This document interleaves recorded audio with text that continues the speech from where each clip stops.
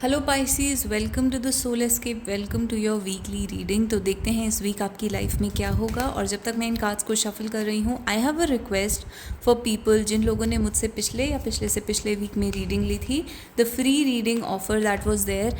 आपको आपकी रीडिंग कैसी लगी, आपका फीडबैक क्या है उसके बारे में I am waiting for you to comment down below.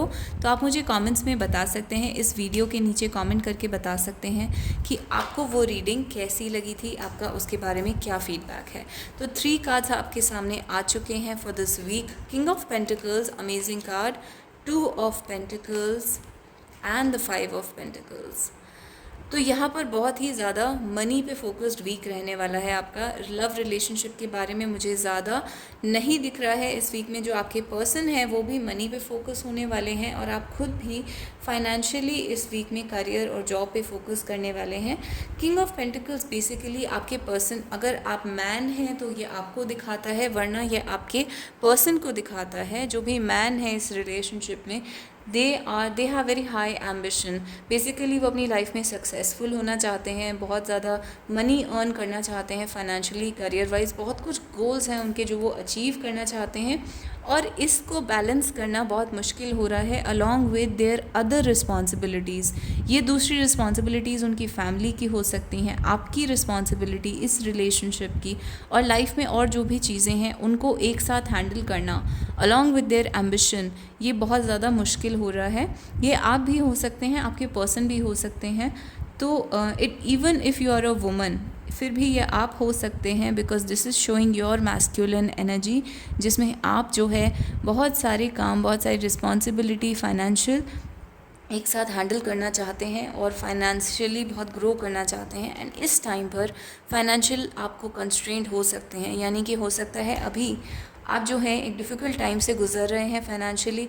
Job नहीं है या जॉब सेटल नहीं है या फिर जॉब पसंद नहीं है, बदलना चाहते हैं, या फिर वर्क प्लेस में आपको कोई प्रॉब्लम आ रहा है, आपको लेफ़्ट आउट फील हो रहा है, सोसाइटी में आपको लेफ़्ट आउट फील हो रहा है, या स्टेटस वाइज आप बिलो अदर पीपल फील कर रहे हैं। किसी टाइप का एक इन्फीरियोरिटी वाली फीलिंग यहाँ पर आ रही है। तो आप इस टाइम पर अपने करियर पे बहुत ज़्यादा फोकस हो जाएंगे। तो रोमांस में आपके लिए पैशन का कार्ड आया है। This is one more card जो गिरना चाहता है। तो 8 of swords and 2 of swords. तो बिकॉज आप फाइनेंशियली इस टाइप का फील कर रहे हैं, या अपने रिलेशनशिप में आपको टाइम नहीं दिया जा रहा है, यानी आपका पर्सन जो है वो आपको टाइम नहीं दे रहे हैं इस टाइम पर, तो इस वजह से आप बहुत ही ज़्यादा बंधा हुआ और घुटन महसूस कर सकते हैं इस टाइम पर।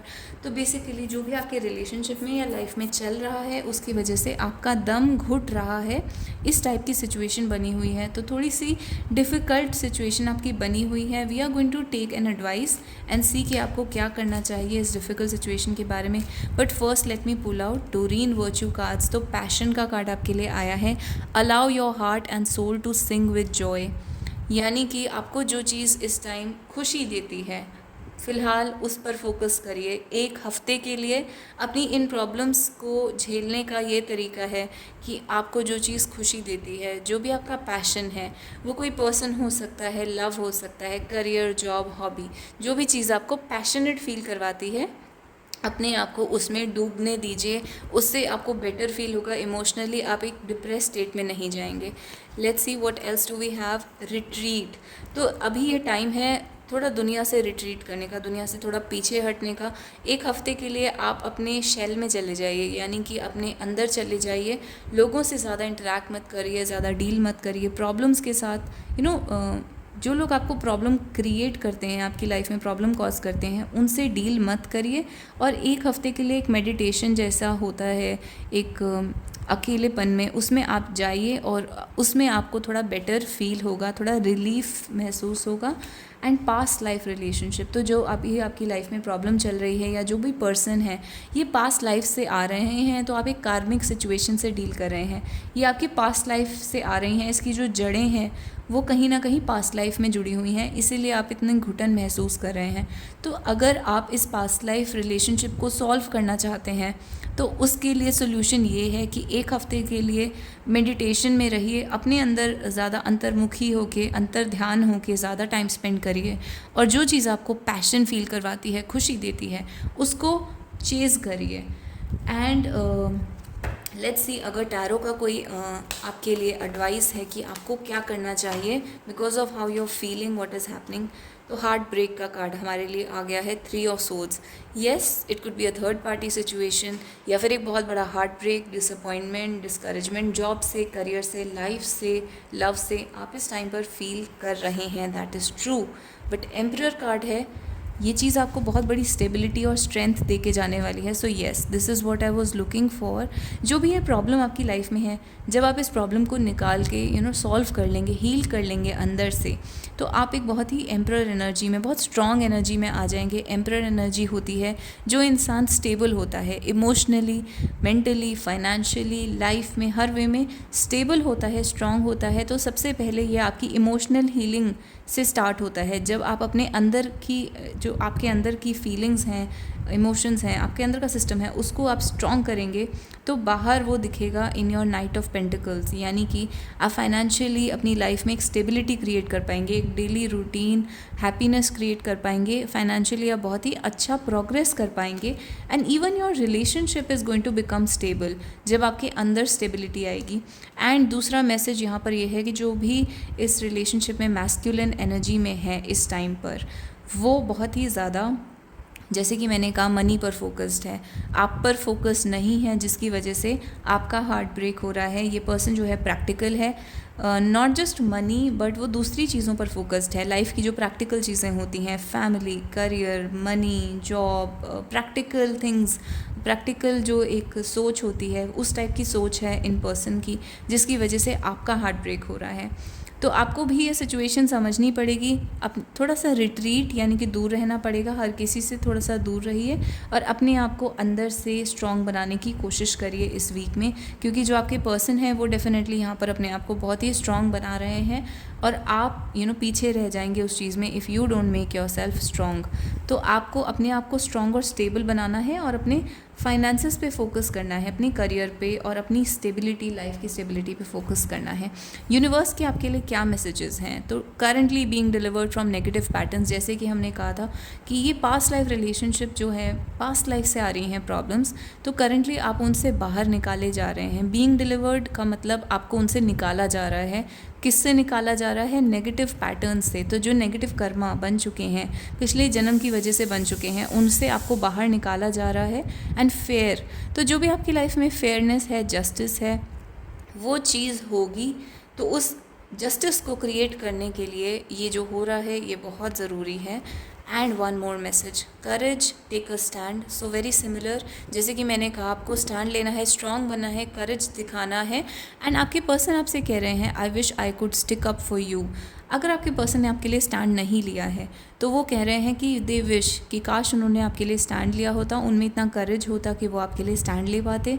या फिर ये आपके लिए मैसेज है यूनिवर्स का कि आप अपने पर्सन को फ़िलहाल छोड़िए, आप अपने लिए स्टैंड लीजिए।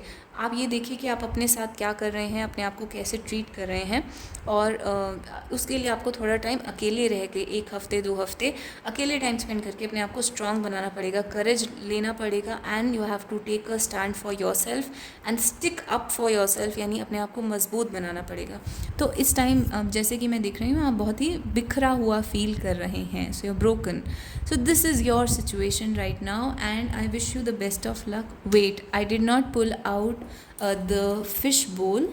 तो फिश बोल में से कार्ड्स पुल आउट कर लेते हैं। 5 कार्ड्स फिश बोल में से आपके लिए क्या सिचुएशन है?